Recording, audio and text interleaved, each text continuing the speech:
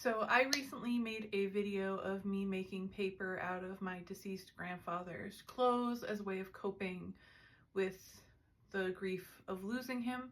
And I just got this comment asking to see the final result. And luckily I still have a bunch of the paper left. I've done some art on it, so I can definitely show you what the final result looks like. So here's some of the finished sheets. I made 8.5 by 11s, 11 by 14s, 5 by 7s, and 16 by 20s. But right here is some 11 by 14s and 8.5 by 11s. So you can see this is how the paper turned out.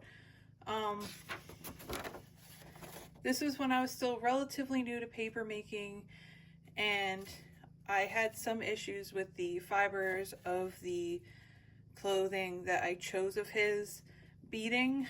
So the paper is a little thin, and I had some issues with sheet formation. So you can see some of the sheets have some spots where you can see the light through. But I definitely did get quite a few good sheets, and I gave a lot of those to my family, or I set them aside to make art on.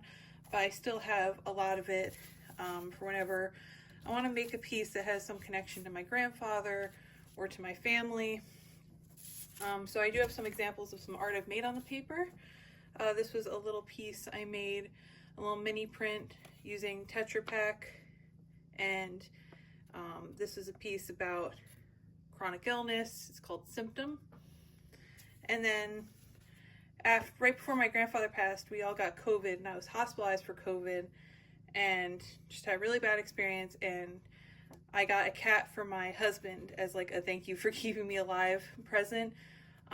And so I made this print called Post-COVID Kitty, and I made that on one of the sheets as well, just because it kind of connects to family and illness and yada yada. I could ramble on for hours, but yeah, so here's how the paper came out, and yeah.